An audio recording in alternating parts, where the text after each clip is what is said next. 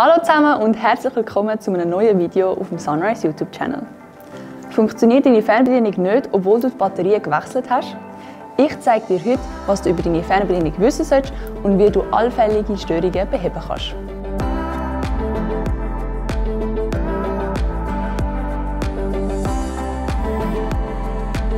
Die Fernbedienung hat zwei Verbindungsarten.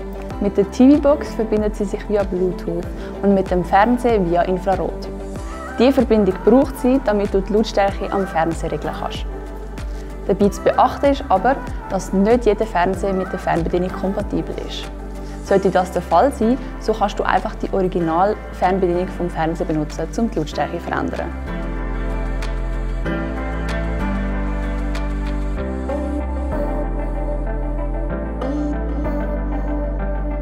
Schauen wir uns den Reset der Fernbedienung an.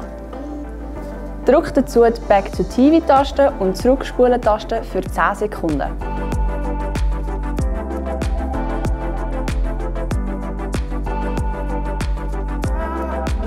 Jetzt sollte die Fernbedienung eigentlich zurückgesetzt sein.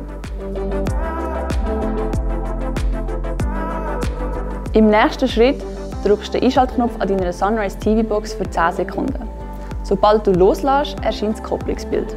Nur wenn das zu sehen ist, funktioniert die neue Kopplung mit der Fernbedienung. Drück jetzt zeitnah die Back-to-TV-Taste und 0 für 10 Sekunden. Oben rechts im Screen sollte jetzt die Kopplung erfolgreich erscheinen. Wenn das kommt, hast du alles richtig gemacht. Abonniere unseren Kanal, um kein neues Video zu verpassen und lass uns ein Like da, wenn dir unser Video gefallen hat.